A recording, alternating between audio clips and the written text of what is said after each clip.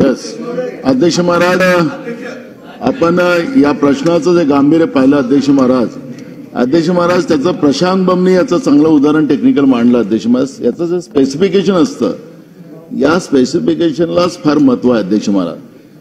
आता अलीकडे एक नवीन सरकारने एक ट्रेडिशन आणलं की कुठल्या कॉन्ट्रॅक्टरला कॉन्ट्रॅक्ट मिळाला पाहिजे, मग ते स्पेसिफिक ते स्पेसिफिकेशन त्या ठिकाणी टाकायचं, त्या कॉन्ट्रॅक्टरला काम भेटायचं. त्यांनी मगाशी उत्तरात सांगितलं की त्यांनी काम नाही केलं, त्यांनी दुसऱ्याला काम दिलं, सब कॉन्ट्रॅक्ट दिला, असं तुमच्या उत्तरात आहे.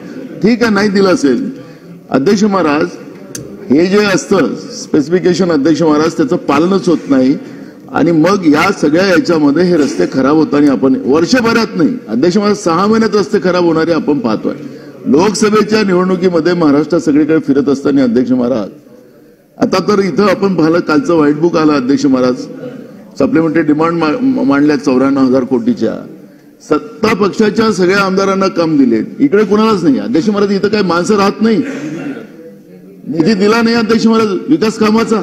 इकडे यांच्या मतदारसंघात लोक राहत नाही की महाराष्ट्राच्या वेगळ्या आहेत. अध्यक्ष महाराज मी बोल प्रश्न येतो, मी येतो भावनाचा माणूस आहे अध्यक्ष महाराज यांनी दाखवा यांचं.